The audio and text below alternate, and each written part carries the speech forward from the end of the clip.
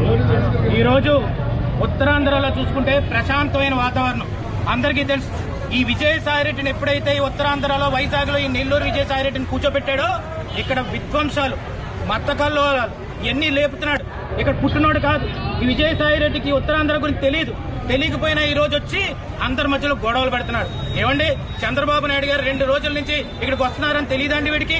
ఇదే సమయం చూసుకుని వచ్చి ఇక్కడ కొట్టుకుని ఇలా చేసి ఉత్తరాంధ్ర ప్రజలు కొట్టుకుంటుంటే వీటి సినిమా చూద్దామని చూస్తున్నాడా అని అడుగుతున్నాను. ఈ రోజు ఒకటే, పోలీసుల్ని దారుణంగా వాడుకుంటున్నారు. ఈ రోజు బ్యాడ్జీలు తీపించి నించో పెడుతున్నారు. ఇక్కడ లారీలు ఆపిచ్చారు. ఈ రోజు కార్యకర్తలందరూ కూడా రాముడికే ఈ రోజు రక్షణ లేకుండా పోయింది.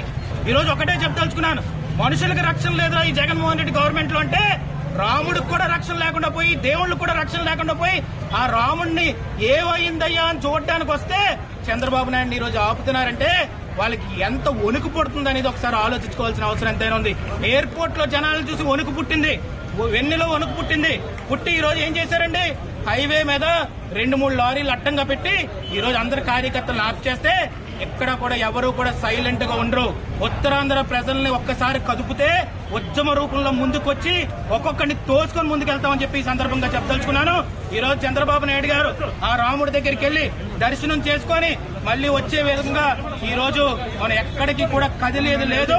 ఈ రోజు రాముడికి రక్షణ కల్పించే బాధ్యత తెలుగుదేశం పార్టీ తీసుకుంటుందని చెప్పి ఈ సందర్భంగా చెప్తాను.